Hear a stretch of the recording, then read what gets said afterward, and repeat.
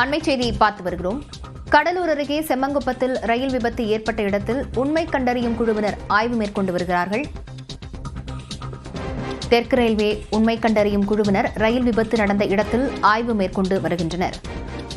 இது தொடர்பான விவரங்களுடன் செய்தியாளர் பிரேம் இணைந்திருக்கிறார். பிரேம், விவரங்களை பதிவு செய்யலாம். லாவண்யா, கடலூர் செம்மங்குப்பம் அருகே நேற்று காலை ரயில் விபத்தில் பள்ளி வேன் மீது மோதி விபத்து ஏற்பட்டதில் 3 மாணவர்கள் உயிரிழந்திருக்கிறார்கள். இந்த மாணவர்கள் தற்போது உடல் அடக்கம் செய்யப்பட்டிருக்கக்கூடிய நிலையில் இந்த விபத்து குறித்து தீவிர விசாரணை என்பது அடுத்த கட்டத்தை நகர்த்துக் கொண்டிருக்கிறது. மாவட்ட நிர்வாகம் ஒரு பக்கம் விசாரணை நடத்தக்கூடிய நிலையில் தெற்கு ரயில்வே நிர்வாகம் அடுத்த கட்டமாக விசாரணை துவங்கி இருக்கிறது. தற்போது அந்த கேட் கீப்பரை தற்போது மாற்றம் செய்யப்பட்டுள்ள நிலையில் முதற்கட்டமாக அடுத்த கட்டமாக தெற்கு ரயில்வே உண்மை கண்டறியும் குழுவினர் தற்போது சென்னை மற்றும் திருச்சி ஆகிய 2 இடங்களிலிருந்து 10 அதிகாரிகள் தற்போது இங்க கடலூர் செம்மங்குப்பம் விபத்து நடந்த இடத்தில் ஆய்வு மேற்கொண்டு வருகிறார்கள்.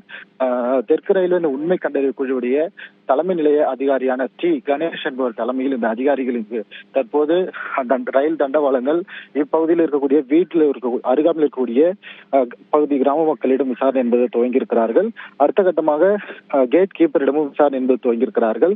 இங்க இருக்கக்கூடிய ரயில் தண்டவாளங்களில் முழுமையாக மூடப்பட்டிருக்குமா அல்லது எப்போதாவது திறந்திருக்குமா என்பது குறித்து பல்வேறு கோணத்தில் அவர் விசாரணை துவங்குகிறார்.